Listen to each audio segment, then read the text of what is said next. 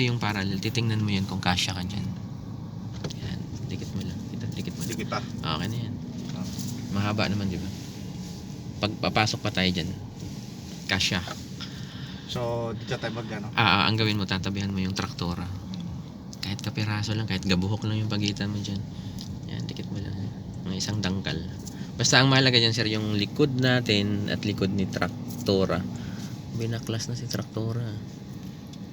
Likod niya at likod natin dapat pantay. Paano Yun yung lilingunin mo ganyan. Tansya. Dyan. Kailangan pasok sa... yung likod natin. Yung likod natin. Sa window ba yung basihan? Yung sa maliit na bintana na yan. Pwede mo rin gawin basihan yan. Sige pa, konti ka pa. Kunting atras? Forward. Forward. Diretso mo lang yan. Tansya mo. Hindi mo matansya. Parang... Nagpas. Pwede na yan. Bagay Ito. Sa ngayon, reverse ka ngayon.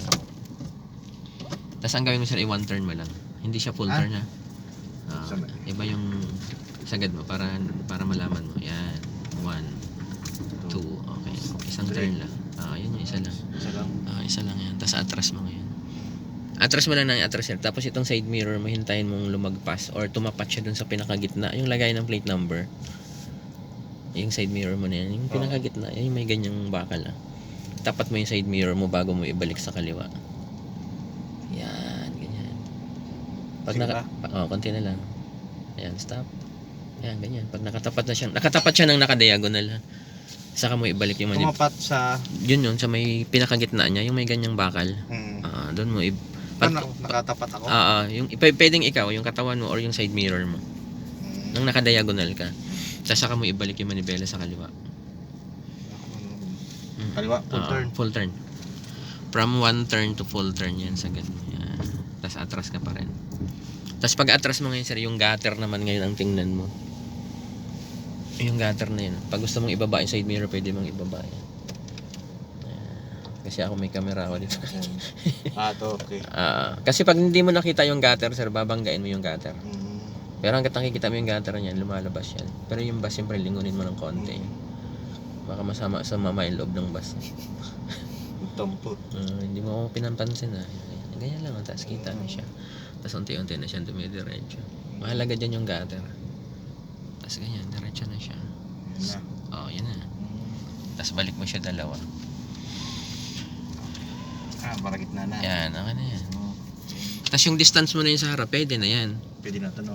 Kasi mahirap pag dumikit ka sa harap, tapos halimbawa may nagpark sa likod mong nakadikit, mahirapan kang lumabas. Lagay mo muna sa park. Pahinga mo na, pahinga. Pahinga mo na. Yan. Yung... Pwede rin kaya dito, kuya, sa may ano niya? May ilaw niya? Yung basihan dito? Yung sa side mirror? Basta lumampas ka sa ilaw niya.